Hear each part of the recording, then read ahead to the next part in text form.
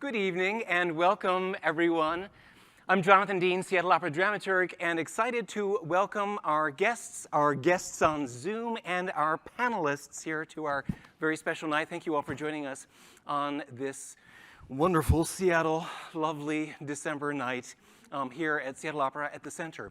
We are gathered on the homeland, the ancestral homeland of the Coast Salish people. We acknowledge this as a reminder to strive for respectful relationships as we work with all people together towards reconciliation and healing.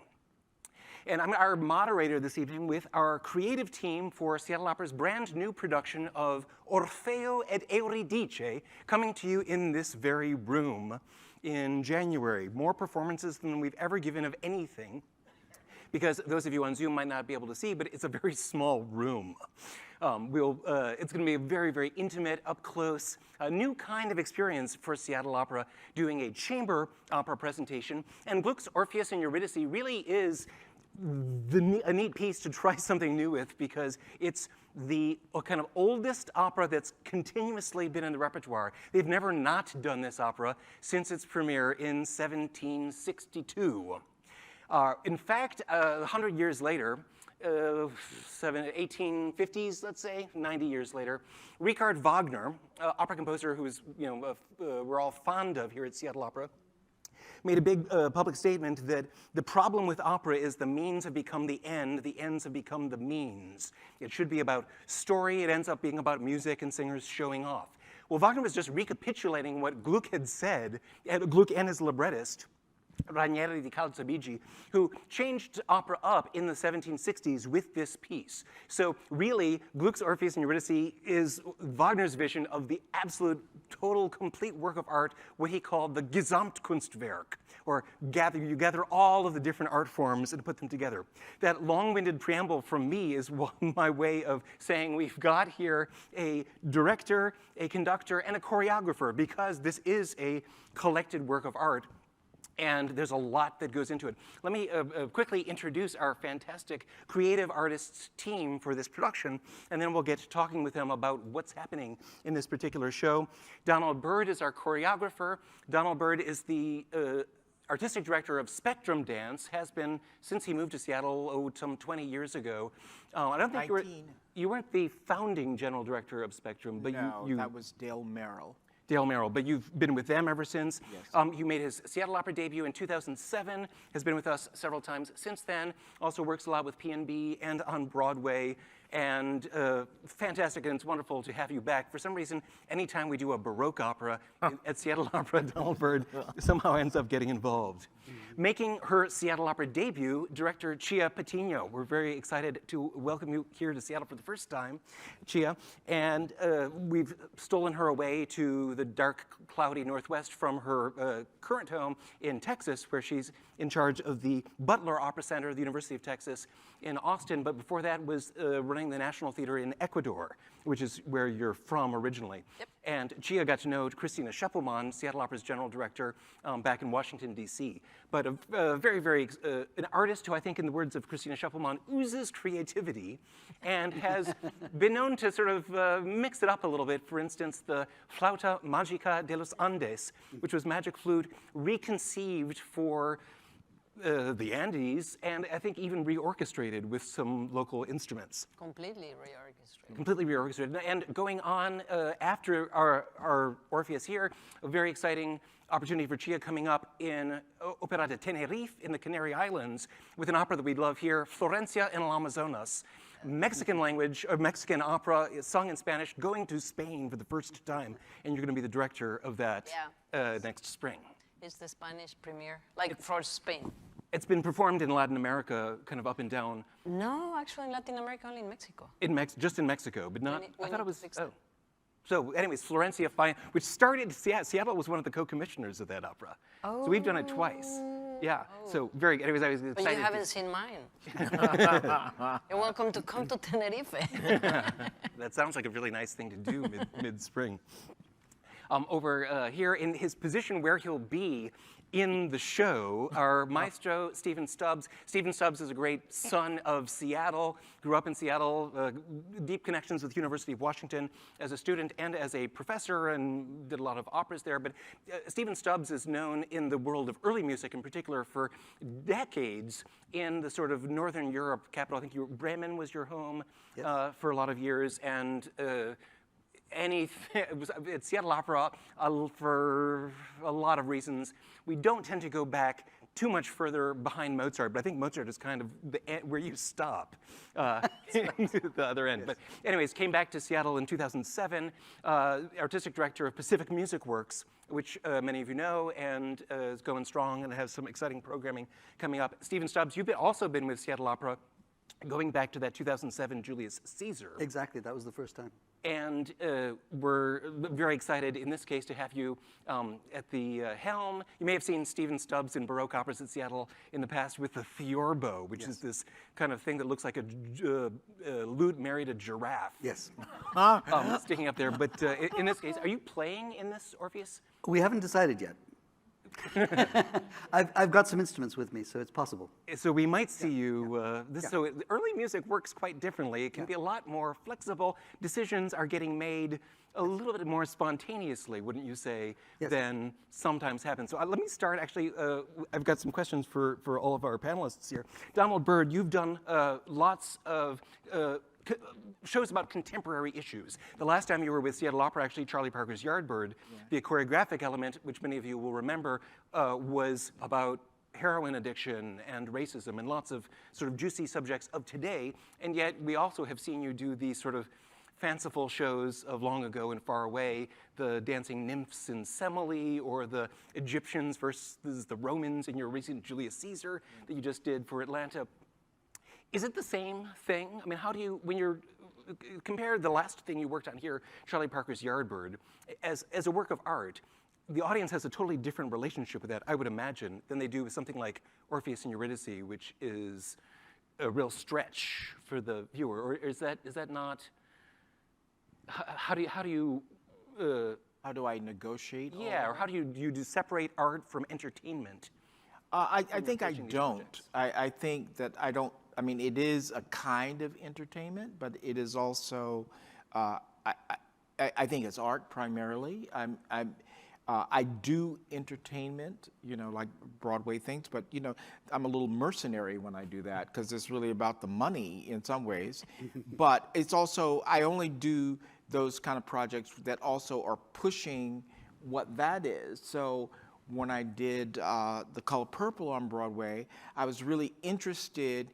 I was only interested in it because the subject matter was not your typical Broadway subject matter. And so I go, oh, well, let's see how they're going to do this. And so I was happy to kind of be involved with it. With opera, one of the things I like about I like doing opera is that the relationship with the director. I think it's really important. I mean, for me, that and I think it's in all collaboration that you respect your collaborators, but also there's something about the collaborator and especially the director kind of sparks your imagination and kind of that you are delighted by.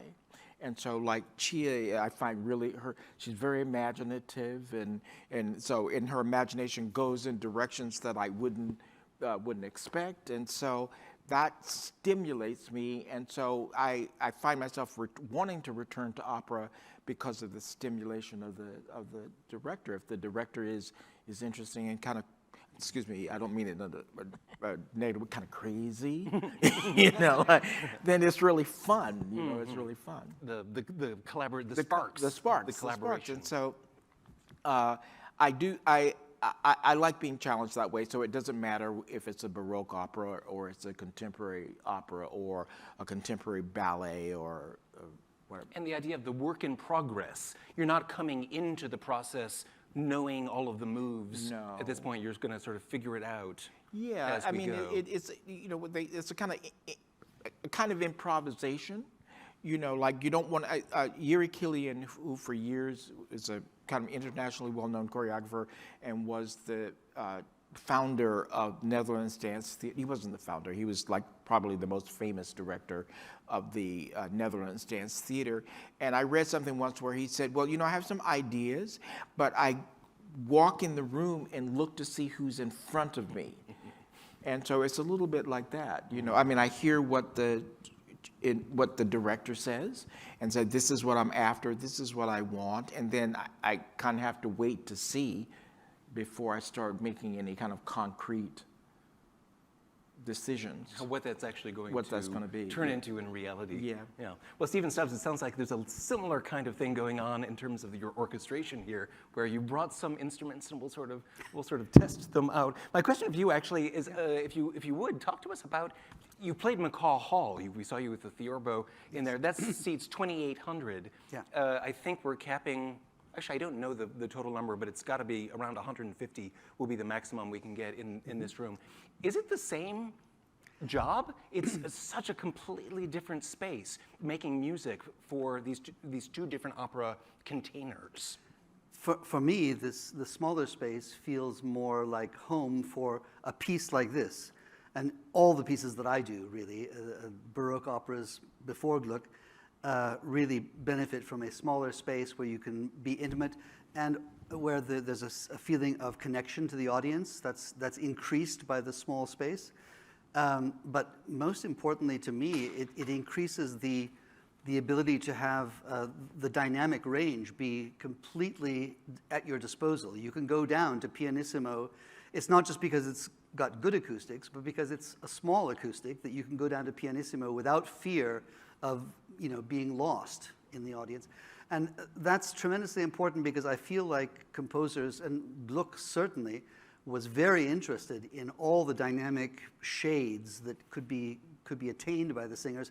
And here, as we work, we're really working with the idea that they can sing as loud or soft as they like. There's no sort of bottom to the production, which frankly there is in a bigger hall, right? There's a certain place you don't go below. Well, I know when we've done those Baroque orchestras for the Handel operas that we've performed over there, they bring, it's on hydraulics, the orchestra pit, and they bring it up so it's closer to the audience, because some of those instruments just don't produce quite so much sound. Well, and that also corresponds to the historical situation. The orchestra was on the floor; they weren't in a pit. And so, I mean, sometimes there was a slight pit. I've been in some 18th century. There's some beautiful, still existing 18th century houses like Český Krumlov and Drottningholm, which I've had the luck to be in and play in.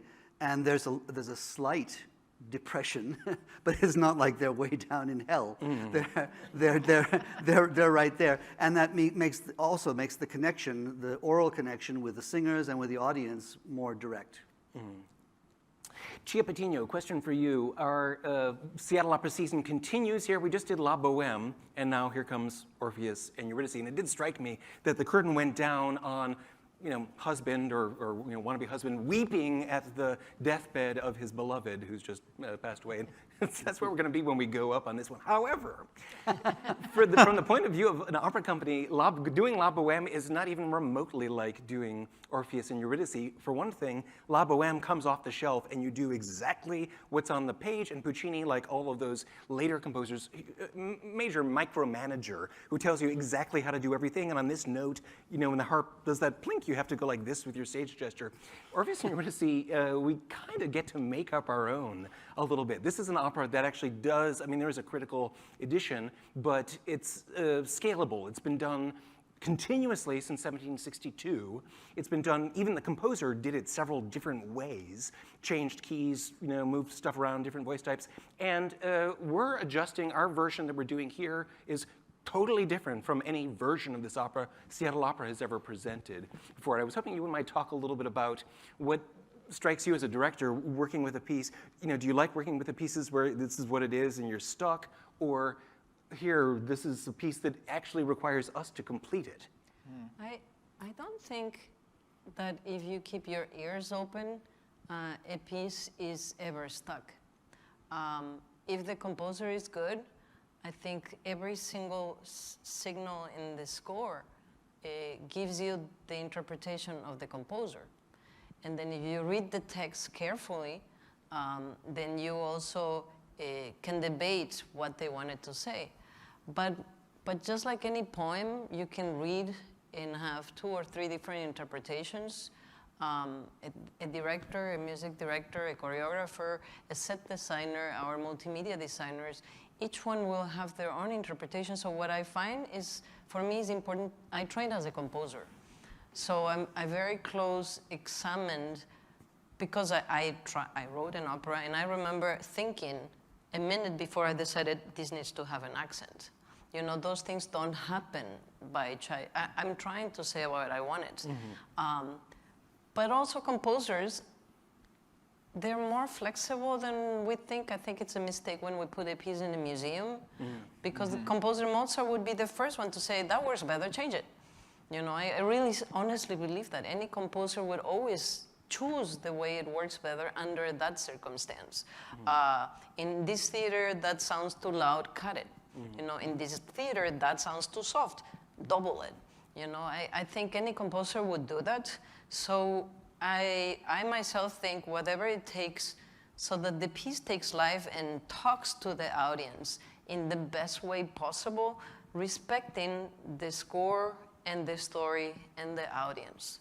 I don't think you can go wrong with that. And then the piece takes, because the audience is the third element we tend to forget. You know, you have the performers, you have the creators, and you have the audience.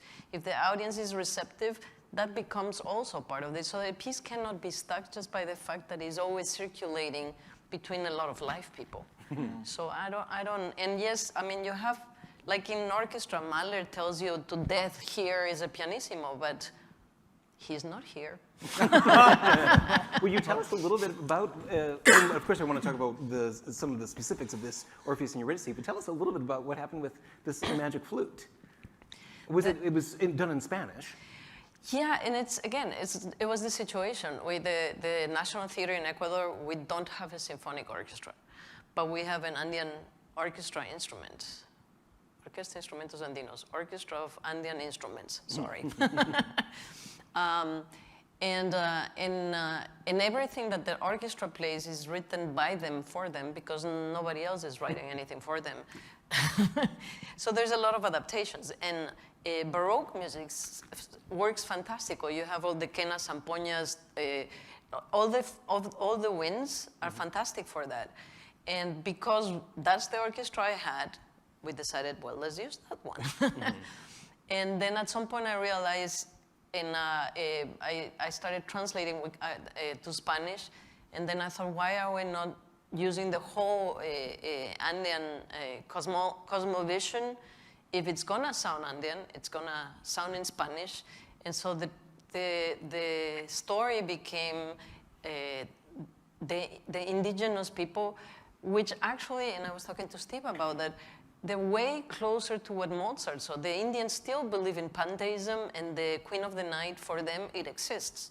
And the Sarastro, the sun, for them, it exists. And the relationship to the snake, the relationship to everything that happens, for the Indians, it was amazing. That for them, it was like, okay, yeah, it was, for us, it's a fantasy story. For them, it's a real story. And because we had commissioned the costumes from the indigenous people, half of the theater was indigenous, and they didn't know that it was an opera, so they didn't know they were supposed to like be formal. And we had a lot of puppets. We had over 100 puppets in that show, because we have a small chorus, and we tripled the chorus by like giving them 2 more people.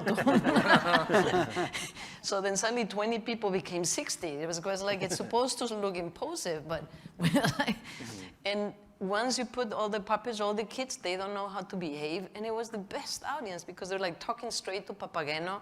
They were like screaming, they were like laughing. It was a completely chaotic scene. And I loved it, you know. So who's there to say what opera? I think we think, or not we, a lot of people think that it's supposed to be serious. It's supposed to be about feelings, and feelings are not under control, you know. They're just not. If you feel like laughing, you're gonna laugh. And that the composer would love. I was once looking at a Rossini, and the staging, it was Malcolm Fraser, was so incredibly funny. I was just laughing, and it was funny. And this lady in front of me goes, shh, And I was like, but it's funny. It's like, what do you want me to do? It's like, I'm sure that, and then it became so ridiculous, like the whole audience started laughing because they had built the pool and it was this bouncing head on the stage. You know?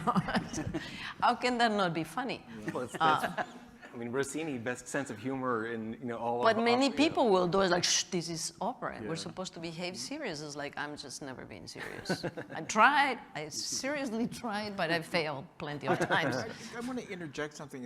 What you're describing very much is like how the theater operates in African American communities, and even the tradition of African American music of call and response, that there's this relationship between what goes on and then the audience responds. Like if you go to a black show, and then the audience talks to back to the stage sometimes, or they're very responsive to something. If they like it, they respond immediately. They're not inhibited by how they're supposed to behave, because they don't know how they're supposed to behave. They know they respond to what's in front of them, and I think that's really that can be really, really exciting. And I think I think Western audiences in the past have really been raucous in the theater. And so I don't know when it shifted about being well behaved, but there were some rowdy people in the theater back in the past in European theaters and even in early American theaters. Yeah. And what you were talking about the kids talking back to Papageno, I'm sure that Schikaneder, the original Papageno, he was a popular actor. I'm sure he had the audience talking back to him too. Yeah. So that was how it was designed to be that interactive and that alive. Yeah. Stephen, you've played in a lot of these theaters in Europe, and certainly in the opera world, the singers are sort of legend of those really nasty audiences in Italy, where if you come out and you try the thing and you're not going to make the cut, they'll let you know how they feel. Whereas we do, at least in this country, have this very well-behaved. The audience comes to an opera a lot of the time wanting to be proper, wanting to behave, and it unfortunately can get in the way of with how the experience was originally designed, which is to have a little bit more life or freedom. So let's go ahead and talk about Orpheus. Now, Chía, you mentioned it's about feelings. I loved when they asked me for this title, and scarily enough, it was that we've been living this for the last 2 years on how do we deal with death, and people more or less closer or farther, but it just feels that death has been dancing on top of this planet. And I don't think I know anybody that hasn't experienced death these last 2 years, and if there is, lucky for them. But it also became too obvious that we've dealt with that so much that it was not a story about death, it's a story about love, and how do we understand that sometimes, and I talked in this before, sometimes in particular, we're talking COVID, I had a friend that he was in such bad shape, like respirator, that all his organs were shot. And so, but you're still praying, even though I hadn't prayed for I don't know how many years, and yet. And at some point I thought, like, why are we so selfish that we want them here? Like, his liver was shot, his eyes were shot, his kidney was shot. So his life would have been miserable. So we can be so selfish that we want somebody to live when it's their time to die. And I think there is a big lesson there. And I needed to make peace with that, to the fact that sometimes it's the time for people to go. And that's also what I find, because otherwise Orfeo, I think is like we idealize Orfeo, and Orfeo talks many times of Eurydice as an object, and Eurydice usually doesn't have a voice. In Monteverdi, she has no voice. Very small, very small. And it's gone. Yeah. Here, at least she gets an aria, And so it's interesting that we never see what she's feeling, and we have to see what she's feeling through Orfeo. And for me, it was very important that Orfeo loves her the way she needs to be loved, and not the way he needs to love her. So that's kind of the way we've been turning the story around, is like how Orfeo is a better lover by letting her die, if that makes sense. You know, one of the things, one of the first, maybe the first production meeting that we had with Chía, that was the thing that struck me, and that was this idea of letting somebody go that you love and not being selfish. And I was so moved by it, and that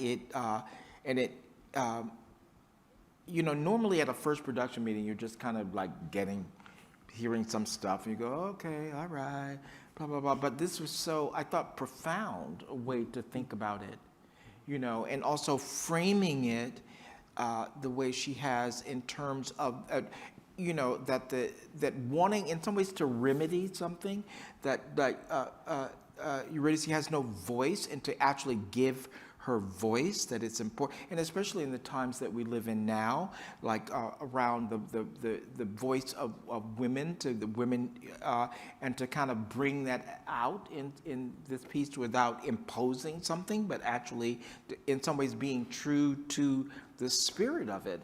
I think it's really interesting also, another point about in ballet, like Balanchine's Orpheus, for example, you know, Balanchine was notorious for objectifying the ballerina and the woman. So it's always about what she looked like, and not about, you just so everything to me. And but we don't know what she's thinking. We don't even get a glimpse of it. Even in the whole ballet, it's all about him obsessing over her. Mm-hmm. So I think Chia's point, I think, is really well taken in the sense that's also part of the one might say the history of the opera and of the myth, is that she is always an object, mm-hmm. and so it is always told from his point of view. I mean, I think maybe the one exception might be Black Orpheus, where we get a sense of who she is in that film. But well, let's throw this one over to Stephen Stubbs. Stephen, you probably worked on more Orpheus operas than anybody else on the planet, because it's that subject that they started opera. This was the first opera ever, or the Eurydice. I was going to say, actually, most of them are called Orpheus. Mm-hmm. This one is called Orpheus and Eurydice. Right. Do you know of any other Orpheus opera where she gets, because she does have a fair amount to sing in this. She sings a duet with him, she sings her own aria. Oh yeah, in several of the ones that I've done and know, she has a bigger voice. But yeah, for instance, the Luigi Rossi Orfeo, I'd say Eurydice gets about 50-50 with Orfeo. So yeah, it's not unusual. And in fact, there's one I was telling you about, which is kind of like the next chapter after Monteverdi's Orfeo, which is called La Morte d'Orfeo by Stefano Landi, just about 10 years after. And in that one, it's really like the next chapter. So he's been through what goes on in the normal Orfeo story. He's been to hell and got her, but lost her again. So he's back on Earth, and it's his birthday. And he declares that the only thing he wishes is that there be no Bacchus and no women, which of course drives Bacchus and all the women mad, and then they become the Menadi and go after him. So it's a different thing. But in that one, he dies a second time because they rip him to bits. He goes to hell a second time and finds Eurydice again, but she's been there too long, and she thinks, who is this crazy man talking about love? I have no idea who you are. So it's a really kind of modernistic take on the whole thing.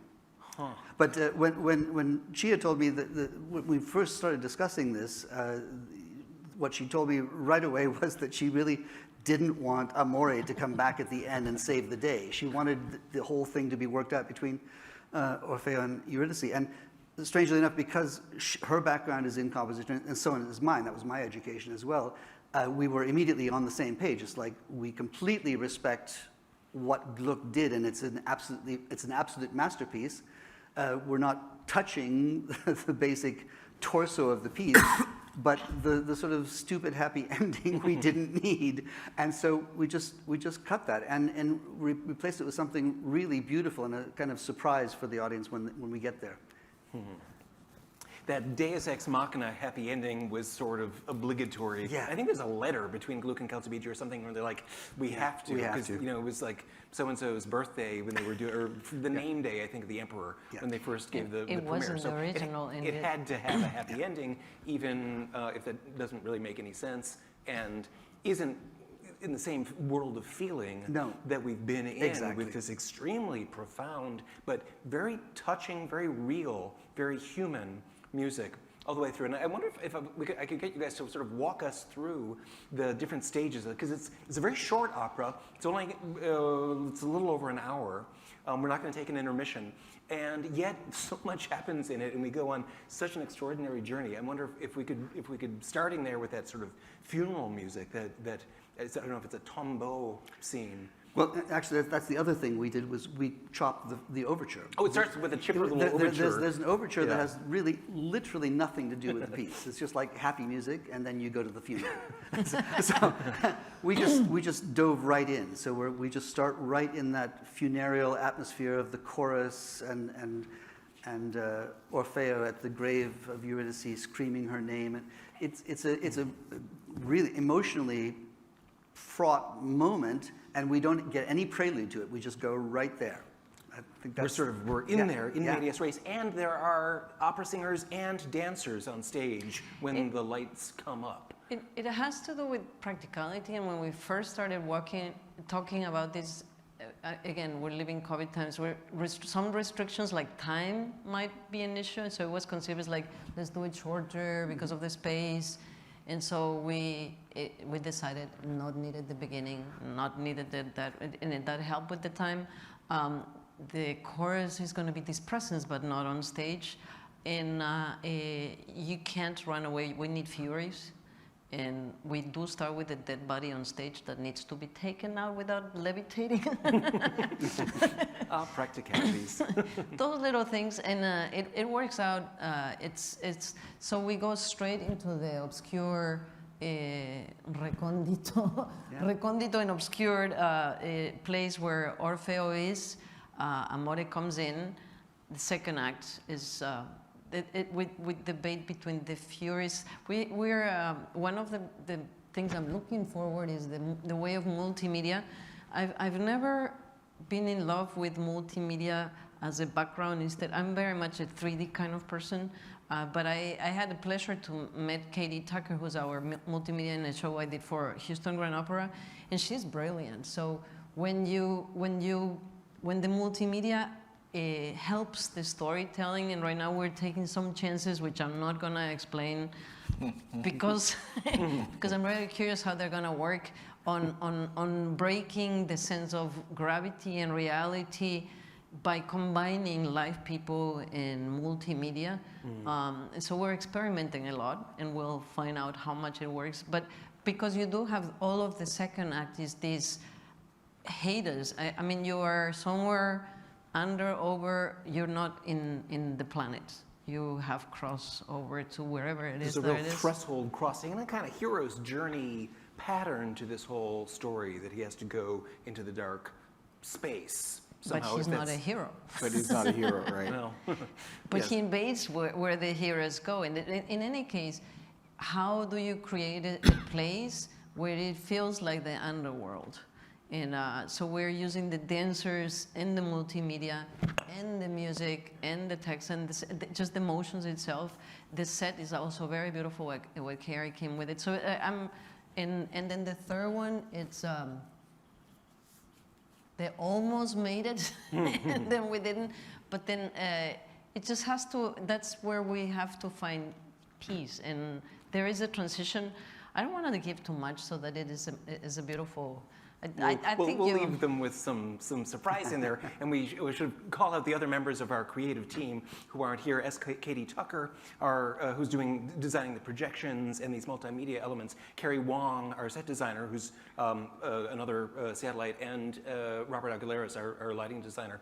Donald and Robert doing the other Robert. Robert starts with a W. Our sound designer. Robertson Whitmer, who's going to be doing sound actually and extending it out into the entrance space as well, so the experience will be really immersive. Oh, and Lisa Lukachenko, our costume designer. So there's actually, we've got 3 fantastic artists here, but there's even more artists on this creative team getting going.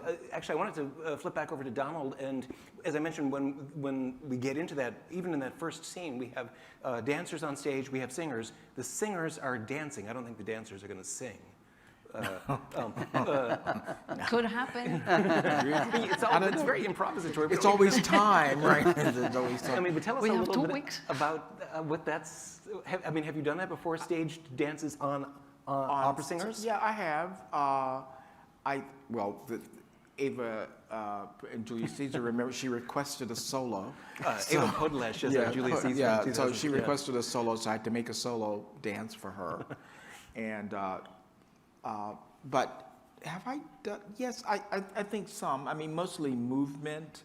I think some of this actually looks like dance with the 2 singers, and it's based on the tango. Chía said, I have this idea that the tango is happening, which is in 4, is happening on top of this 3, and so that will create a kind of interesting dynamic. But also, so much about the tango is sensuous, and so that we actually get to see in I think how their love manifests itself in a kind of physicality without being kind of overly explicit. But Chía did say, and I think also in her presentation the other day, it was love and lust, that somehow that in this context that like where love is and where lust is kind of like where maybe is there distinction in this particular case or not. And so I think one of the things there's a lustfulness about tango. And so I think that's part, of what we're well, and there's that sensuality that you're talking about is absolutely there in every single note of Gluck's score. Right. It is absolutely. It's just seething with this sort of intense passion. And then, I mean, the scene, on the return journey, it's a there and back again. And as everybody probably knows the story of Orpheus and Eurydice, back again doesn't really work out the way it was planned. And it has to do with this question of sex. I mean, I guess, although it's the 18th century Italian kind of poetic language for it is the gaze. Why aren't you looking at me? Right.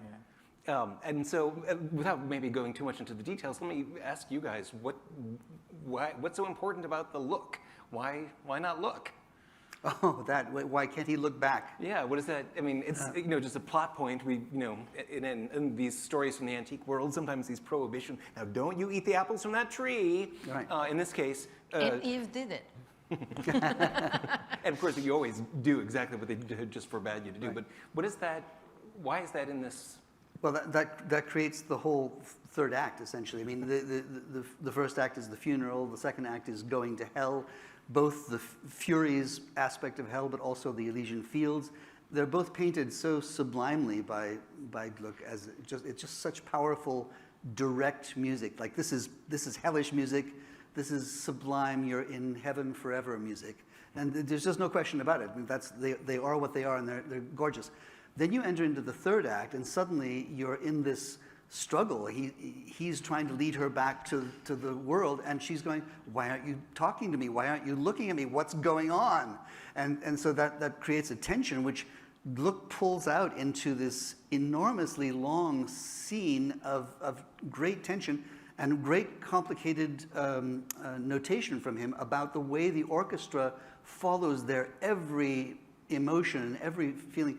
So that's what we've been working on just in our first couple of days of rehearsal here. And we have fantastic singers who are so ready to absorb that, that detail.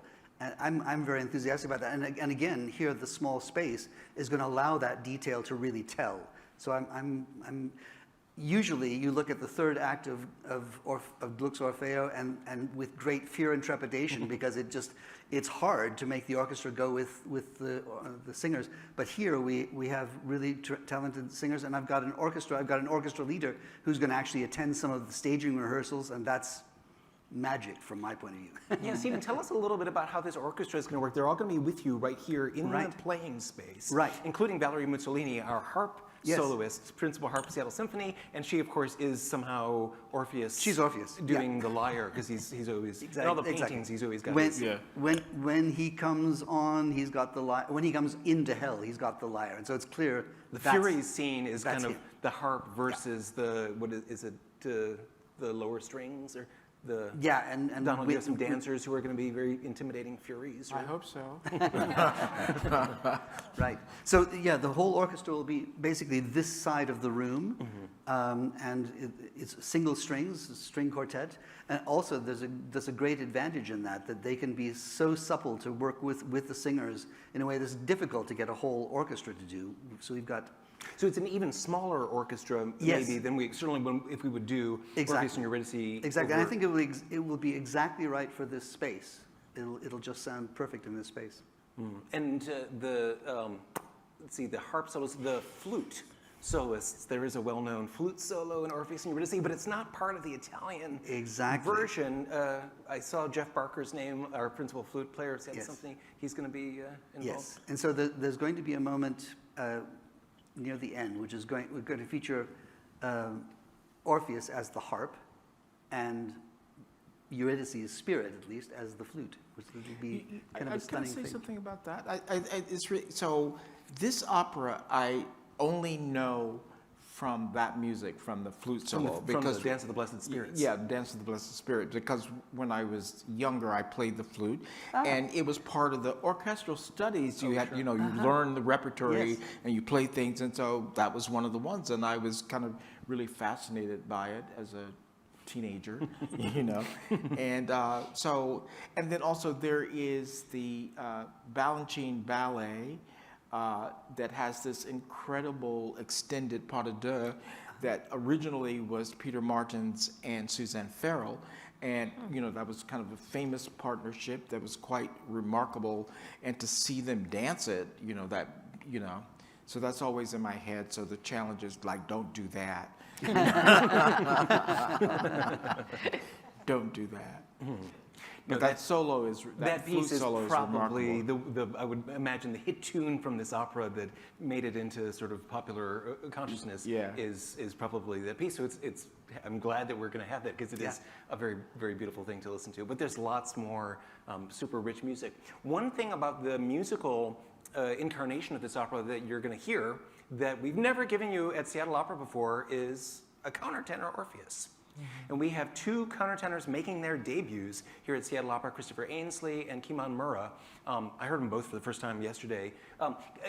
Were you guys part of the question of, because when you do Orpheus and Eurydice, you have to figure out, okay, is it a mezzo? Are we doing it in French? Can we use a tenor? Are we going to, I have a recording with Dietrich Fischer-Dieskau, baritone singing Orpheus in German, Orpheus und Eurydice. Really weird. Were any of you involved in that, or did you? No, that was already underway amongst the artistic staff at the opera. They already were headed that direction. But I love it. Yeah, me too. And I just said, go for it. The moment absolutely. you start hearing that's an out of the world sound that has its own magic, and it's supposed to represent young, and that yes, they're supposed to be young lovers. But there's something very magical, and what is happening to Orfeo is something very magical. So it just adds a level of.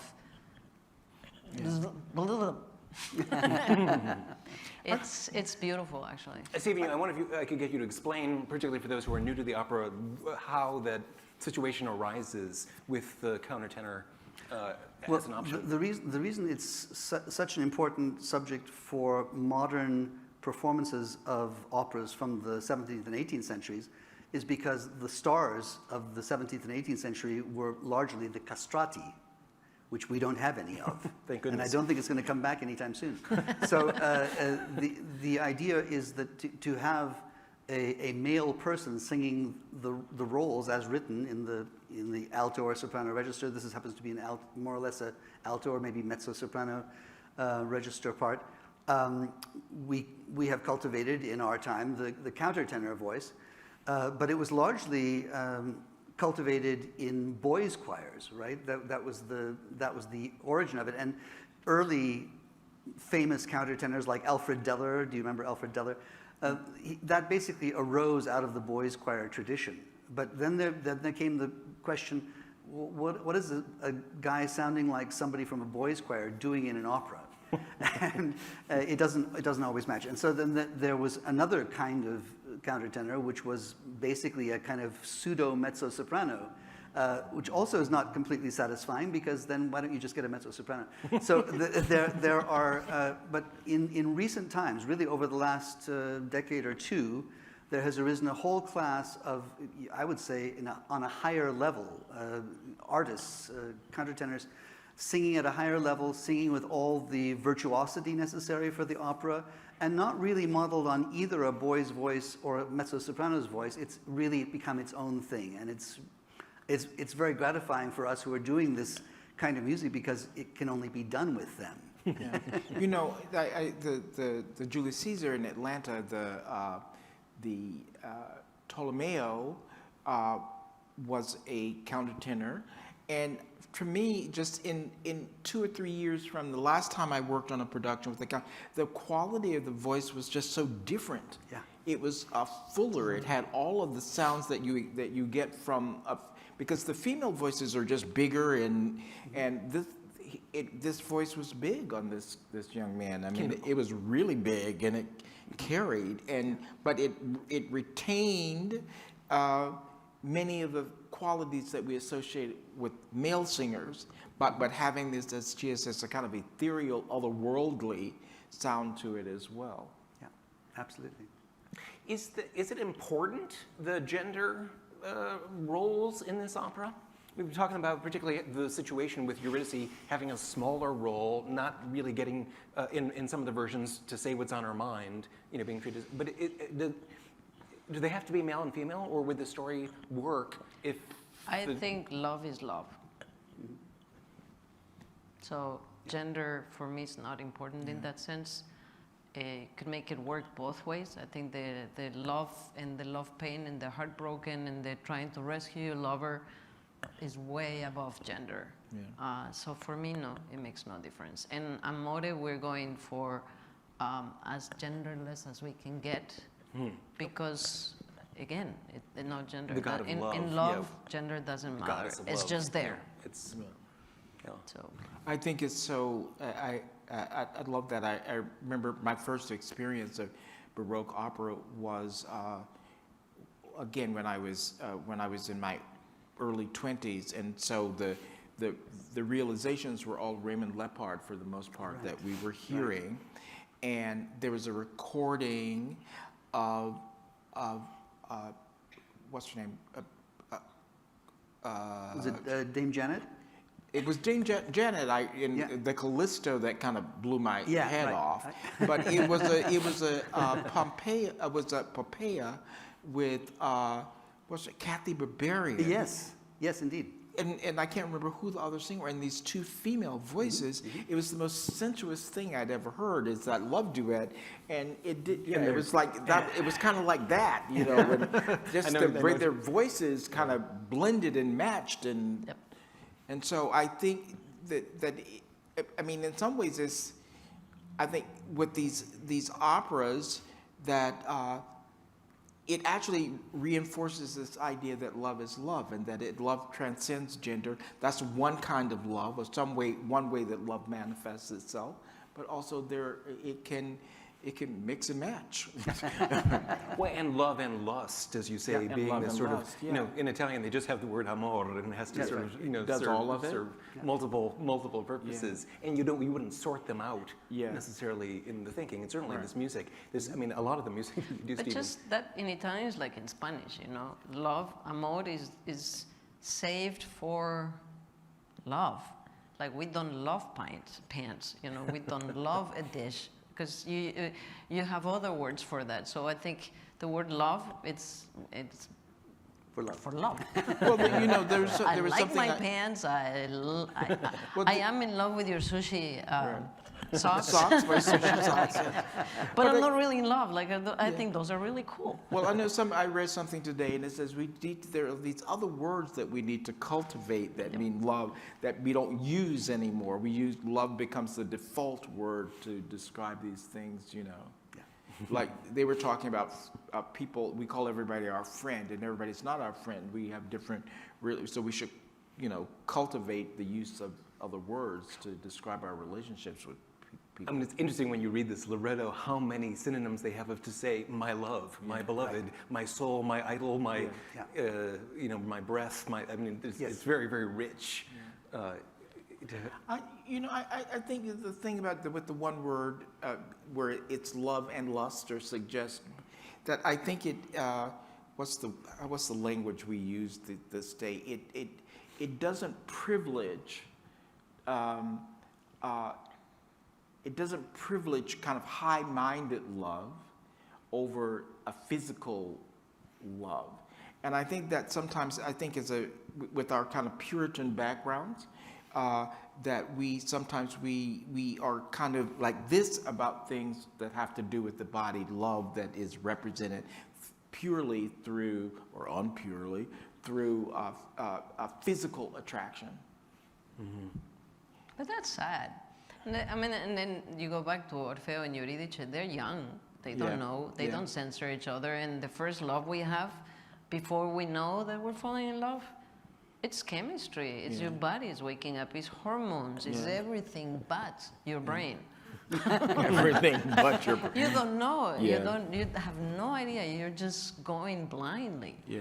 You know, and you don't know. You don't have to know the word for it to feel it. So, and that's. I mean, that it's just. I guess there's different kinds of loves. There's different kinds of love. I mean, it's like Romeo and Juliet. I always say, if they waited a couple of months, There'd be no story. there'd be no story. Right. Absolutely. Well, I mean, is there a backstory? I guess this is my question. Orpheus has this magical voice. Maybe having a countertenor Orpheus makes it a little bit more, you know, read a little bit more strongly. Did she fall in love with him because of his voice? What's the role? I mean, so there was a brand new opera.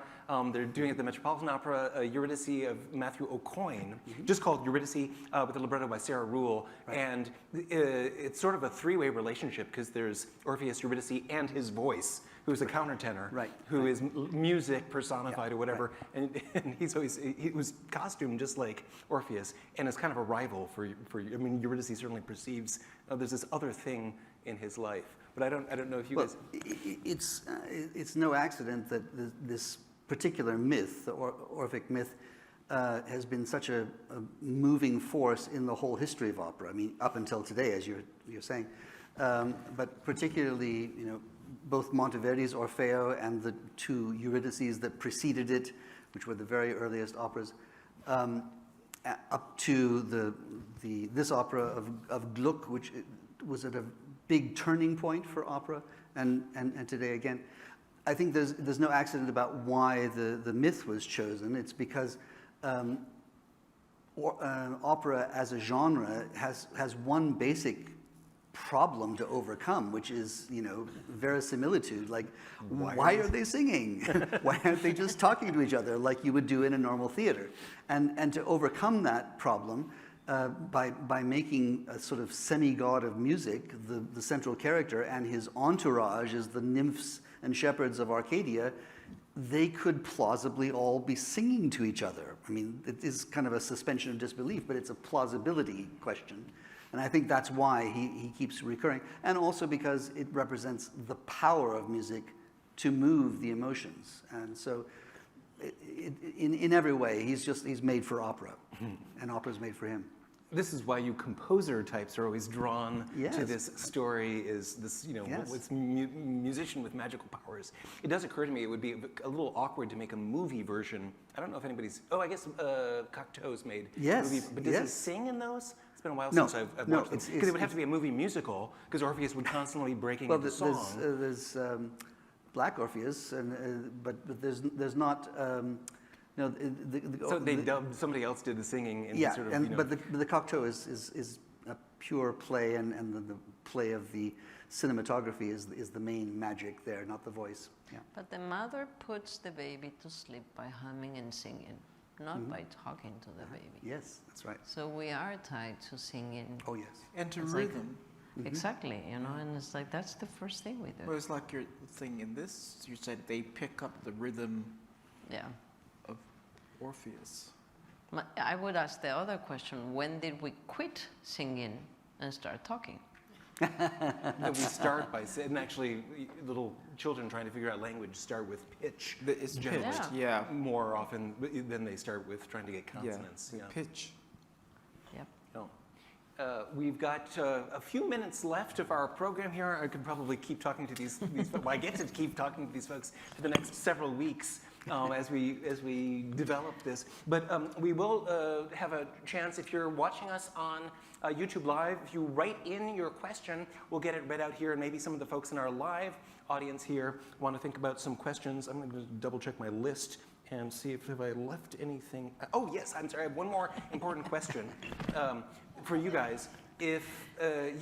Why leave paradise to come back to this mortal vale of tears? If we go to this place and it's so beautiful, as your orchestra will indicate when we get to the Elysian Fields, and again, I don't know if there's going to be a dance component there, but it's a very pleasant place. Why should we leave? Well, it's exactly the question that Eurydice poses. She says, "Why did you wake me up if you're not going to talk to me?" And that's exactly the question Orfeo has to do at some does point, he is why answer? am I taking her out can't of answer. this paradise? He doesn't have an answer. No, he can't No, answer. He can't he answer. does. It's part of his oath. He Yep. can't answer. Oh, he's promised. He that promised, yes, yeah. indeed. If he would answer, that's as bad as turning back, which he eventually does.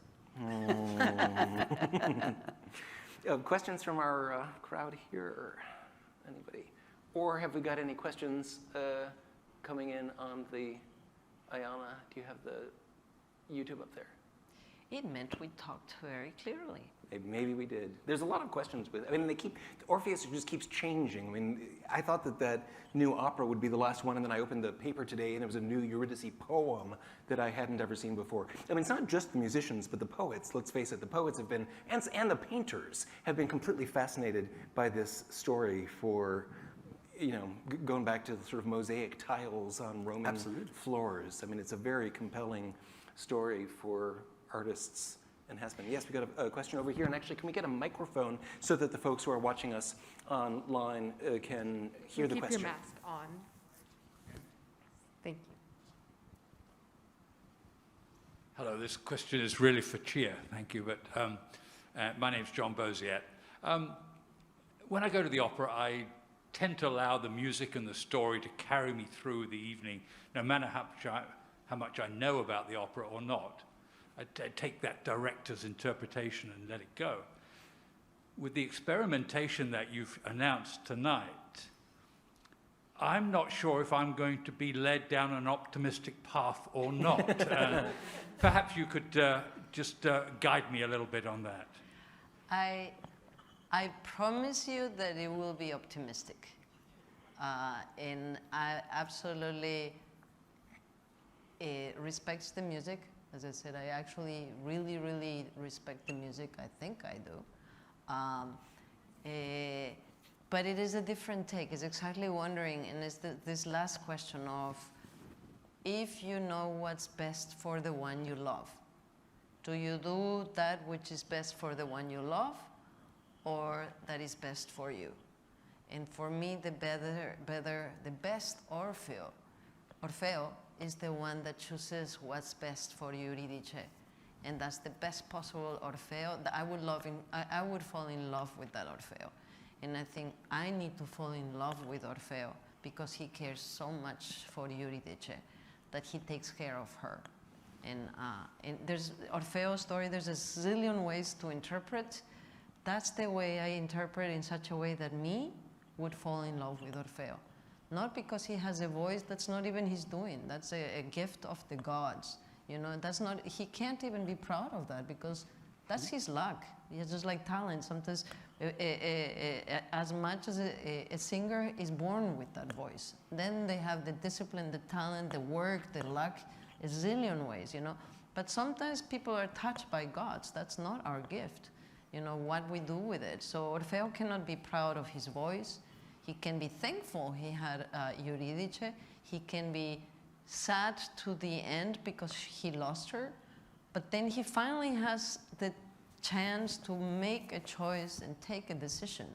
And then does he choose what is good for him, or does he choose what is good for Eurydice? And I need to know that he loves her so much that he chooses what is good for her. And I find that very redeeming, and for me that's an incredibly optimistic, loveful, tender story. So that's the story I'm trying to tell. I think one of the things that puzzles me about the story is that with the strictures on Orpheus' behavior, you can do this, you can't do that, it becomes his story because it's his struggle. And we've been talking about giving Eurydice more of a voice. How do you balance that? It's actually in the music. Mm-hmm. He has pauses in the right places where people have that time. You know, sometimes if you take a second to listen, then you have a pause, and there are breaks, and there are changes of it goes from like diminish, and then it goes to a minor, and that makes you melt, or that makes you hurt. So it actually, I think Gluck has written everything in the score, if we take the time to listen. You know, if we don't take the time to listen, then many times, then you just nag, or you just go, or you attack because you like, don't think it, that's the way. But right now, we've had 2 years to think about it, 2 years to listen. And so I think we can ask new questions, you know? And I'd just like to reinforce that point. It's not just the audience or the artist taking the time to listen to what Gluck has to say. It's also really reinforcing that the singers are going to do what Gluck has to say. I mean, that's what I feel my job as a conductor is to be the representative of the composer who's not around to represent himself. And Gluck's intentions, it seems to me, are extremely clear. Like you're saying, it's that everything is really in the score if you take the time to bring it out. And that's what we've been doing for the last 2 days with our singers. And my feeling is we're very lucky that they're so responsive to those clues that Gluck has left us. I think actually we have run away from our feelings. The score is very delicate. And now we feel, every silence we feel with noise. We turn the TV on, you know, we wake up and you turn the radio. People are so uncomfortable with silence, but it is in the silence that we really can listen. And today when we did the end, it was like, it is what you said. For me, the most beautiful sound of the voice is that pianissimo down to niente, where that touches, the angels touch that. Yeah, absolutely. You know? But we're not giving ourselves the time to listen to that. But in this one, we will. I mean, this is intimate space. The idea of it surrounding them is like we can actually feel. That's a gift, because I think the world is telling us not to feel. It's way easier for them to tell us how to move if we don't feel. So for me, the important thing of art is to allow us to feel again. And for that, sometimes silence is the perfect thing. And in that sense, if you listen to the silence, if you don't get nervous in the silence, if you just feel it, then it talks to you. Beautifully put, Chía. I was going to ask you, maybe not what kind of homework do people need to do, but what kind of headspace do people need to be in to come to this production of Orpheus and Eurydice? What would you like the audience to bring to the experience? What I love about theater, and because many times I directed the National Theater before in Ecuador, and I've learned that in a theater, because it's dark, because you feel safe, because you feel like nothing is going to happen, people take their walls down, you know, and I find that a gift, you know. It's like, and it doesn't happen with entertainment, but entertainment sometimes is just fun. But if people put themselves into a vulnerable place, you're not looking around to see what is everybody feeling. You just allow yourself to feel. So if people allow themselves to be vulnerable, then they climb on the music and start writing it. You know, it's just like, that's the magic of theater. And now that we have like, movies do that, and it's funny because movies are doing their best to try to be a theater, and they sell you as an experience. Come and see 3D theater. It's like, well, the theater is 3D. You know, and it's really funny. And people pay more money for more glasses and more tickets and IMAX. It's like, imagine like real life size. I was like, well, the theater is real life size. So it's funny that we've forgotten that the theater has magic. And this is the place where you will see it live, not in movie, in a theater, you see it live. And every single performance is completely different because, as I said, the audience affects the performers. So if there is a receptive audience, the performers connect to the audience. And there is a symbiosis here where people are sharing. That is like, performer, it's a circular thing. And that only happens in theaters, not anywhere else. I think we have a question up at the top from somebody online. And Yeah. Ayana, do you have a microphone? Yes, yeah. Someone said, I love the changes made to the ending of the opera. Should we start learning to be more flexible with making cuts or changes to score with other operas? Or, for example, to change parts of traditional operas that are offensive or outdated? That's a slippery slope, isn't it? I mean, It's a big question, and it's there a may be big multiple question. I mean, questions in there. I was on a different panel with Donald recently, and he said something I thought was very wise. He said that's like presuming there's something to fix. And I think that's not the presumption we should have. We should presume that the work of art from any other time has something to tell us, not something for us to fix and make it sort of more politically acceptable to our time. But that's anyway not what we're doing. We're not trying to make Gluck acceptable to our time.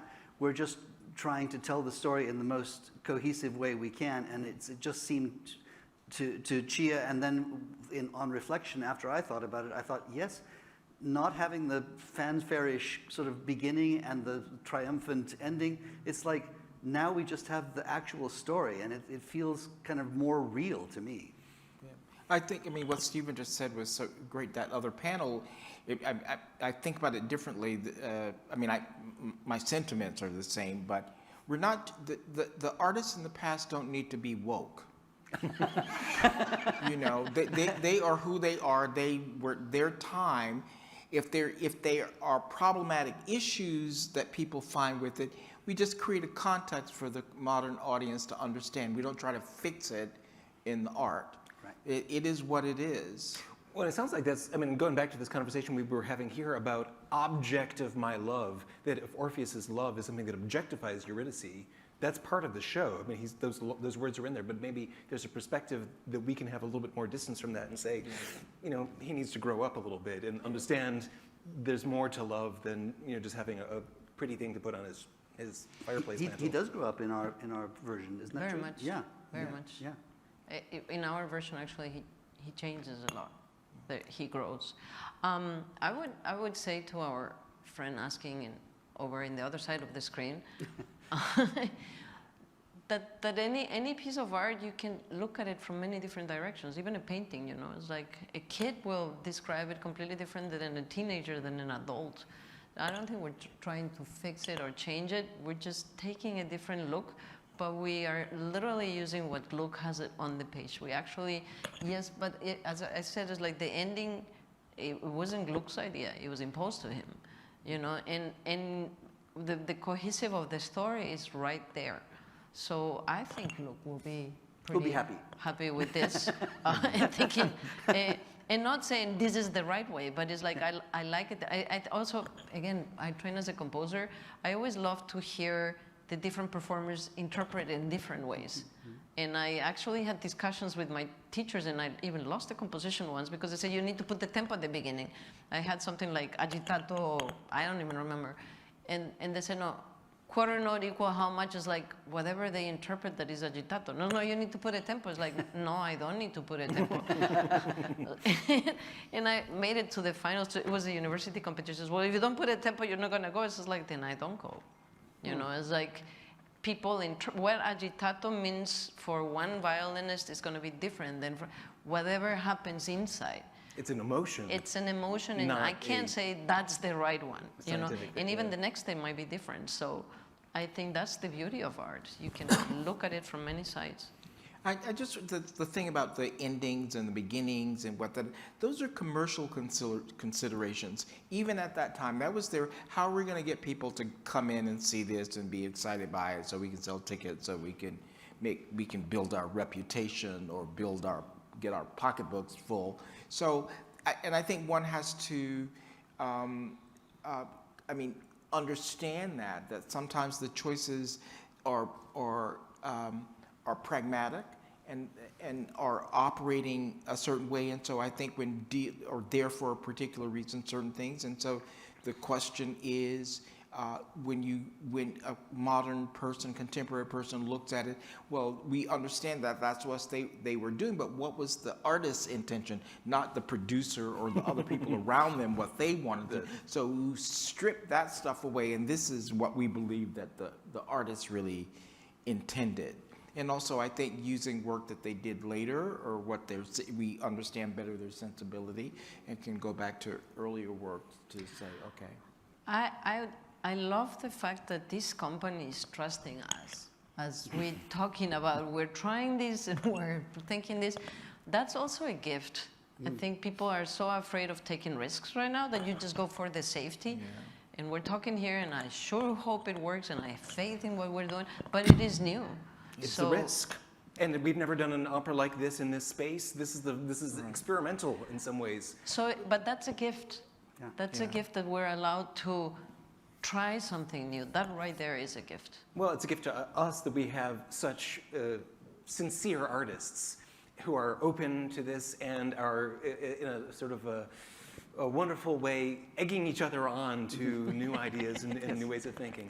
Stephen Stubbs, Chía Patiño, and Donald Byrd, thanks so much for being with us for this program today.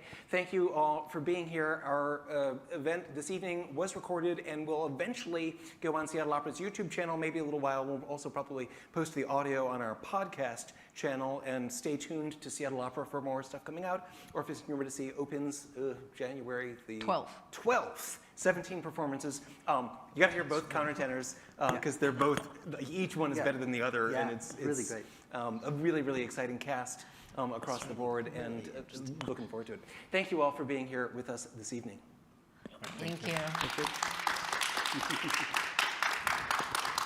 Thank you.